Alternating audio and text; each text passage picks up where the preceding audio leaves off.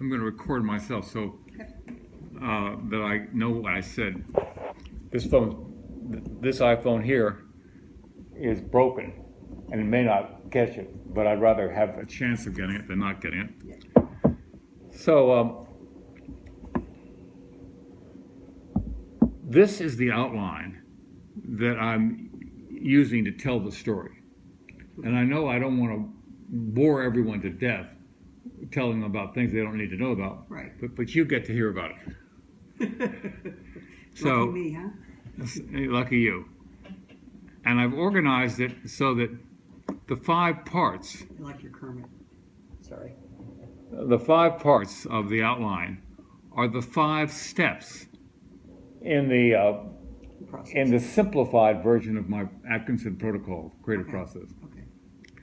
So that it goes from an introduction to what the mission is, to the strategic vision, Right. the tactical organization, and then the use cases. Okay. And where we're heading for is down here, where you're in the new. I'm current. You're number 1. Yay. There've been a lot before Do I get a you, gold star? and there are a lot that are going to come behind you. Okay. But you're the number 1, so we're and I'm planning to use just your first name. That's fine. That won't identify anything, but we got to keep track. So that's the outline. And then I wanted to begin by saying, I'm Charlie Atkinson. I'm president and founder of the Whole Brain Foundation in Cambridge, Massachusetts. And I'm passionate about the invention of what I call the 3D mind to improve thinking of humanity to use technology or creativity. Well, I have found about 50 ways of saying that. Well, I was going to say, okay, that sounds very ethereal. What does Very that mean? ethereal. Right. But what does that mean? And I want to give people a tool to help them categorize and remember stuff that also can help them see what is very concrete and practical and very abstract, and a way of a visual model of putting it on sort of like a shelves, and something that also will integrate steps in solving problems. I call that creativity.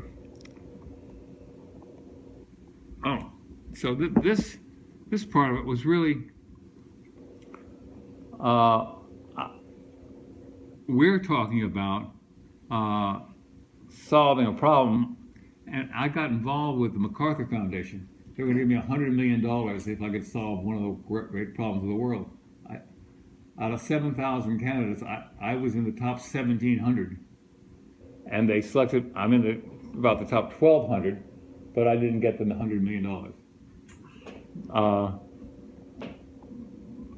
And so. And who got the $100 million? There's about 10 people who are finalists, Okay. but they're all up on YouTube, and I'm planning to take all those YouTubes and put them in my framework, Okay. so people can find them. Shall I go back to the last frame? I just so I have that in front of me. I think here. Oh, by the way, you're going to get these whole slide deck. Okay, but I just want, just because that's popping out at me. Yeah. If I can just succinctly put,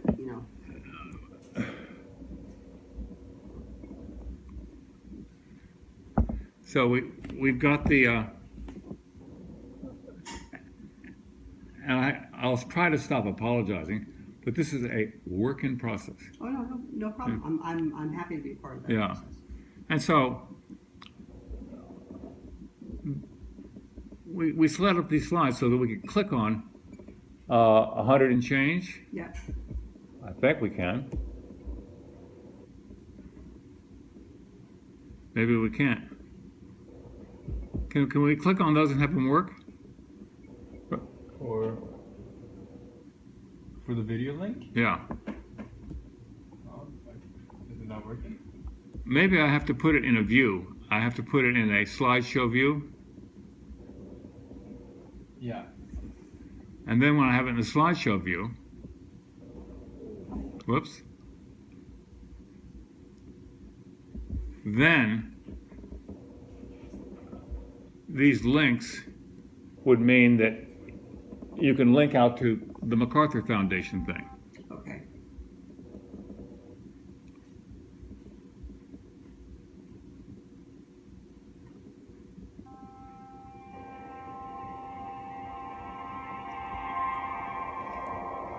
And that way I can Of the challenges that confront us, both new and age-old, there are peaks that seem insurmountable. Someday, maybe. They show But we war, believe there are mountains you climate can change. climb today, and big problems you can solve across all fields of endeavor with ingenuity, tenacity, and the resources to turn promising progress into a true solution. The MacArthur Foundation is launching a new competition, 100 and Change, to award a $100 million grant to solve an important problem. We must both describe the problem and offer a solution that creates meaningful and durable change. No issue or field is out of bounds. The only limit, your track record, your creativity, and See that? Oh, Hio, 100 how do I stop this? Spacebar? Or, yeah, that works. I want you to look at this little part right here.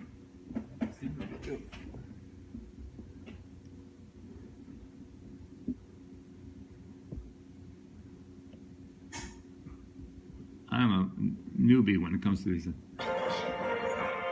It gets to the point where it's showing traffic. Are you ready to solve a problem?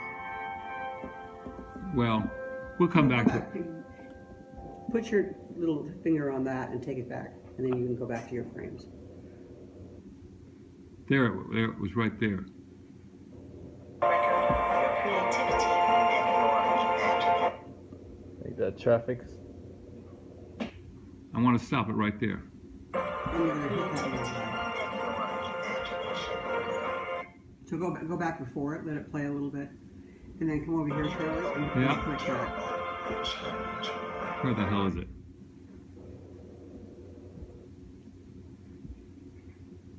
No issue or field is out of bounds. The only limit. Now, there is a traffic intersection.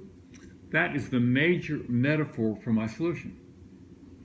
So, in the MacArthur Foundation thing, they have used this intersection. We might steal that graphic and use that as the graphic to show the whole city.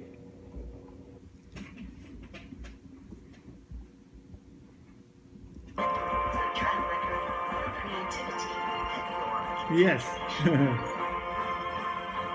100 and change. Are you ready to solve a problem? Are you ready to solve a Oh, problem? yeah.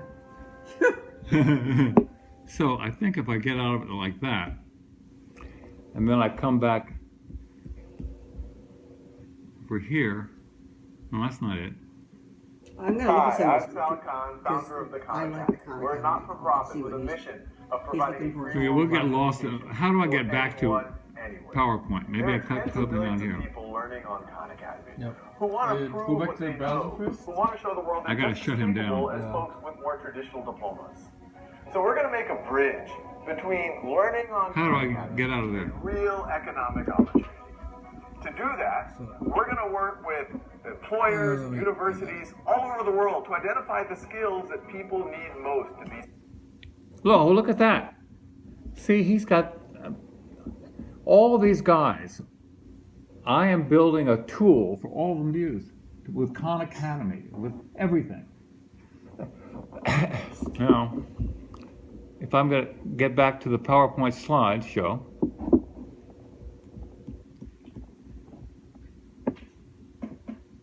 and I'm going to go back this way. We started there. We started there. We started there. And then I'm asking you to just, in a sentence, what is a priority mission? Right. And then this is the third part is the frameworks that we're looking at. And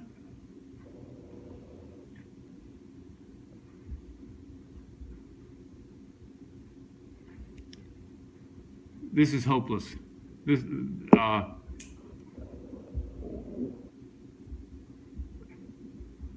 am I looking at from the very beginning?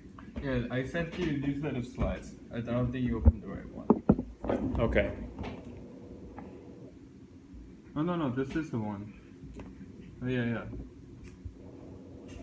That's the right one? Yeah, this is the right one. Now, how do I get the, so if I go to view, slideshow, Yeah. Then you just keep. there we go. Yep. Now that's where I was. Okay, so there's where I want to go. Okay. So the first step that I was, as I thought about it, and when I came on the scene around 1957 when I was at Harvard, was just all of the background of humanity, behavior of the whole brain, mind, and body. That was the place. That's where I came in as a senior in college. And then from around 1958 to 1981, but even beginning before that with Norbert Wiener at MIT in cybernetics, the idea that the way you envisioned man and machine was a black box. That you had input, you had output, you had stimulus, response, reinforcement, but the black box was the visual metaphor. And then about 20 years later, 25 years later, it became a white box. And the white box led to the graphical user interface on one side, or something I call the whole brain model that we'll show you more about. And the way you've got this set up, is just as we talked about. We'd show the morphing, the changing from the black box to the white box. Visually, that's perfect because I see this is what you're describing here, but this is visually perfect. What I'm trying to show, Kim, is that at the beginning it was a black box. Right. And they didn't know what was inside of it. And then the black box became a white box. They could see what was on the outside of it. Right. And they began to use one face of that outside,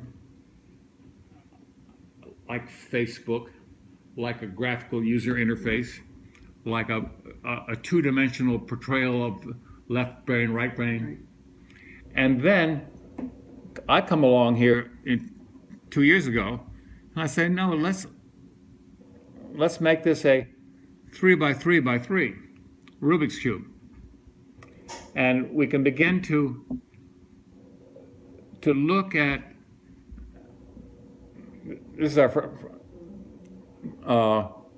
right brain, left brain, past, present, future, concrete, abstract, and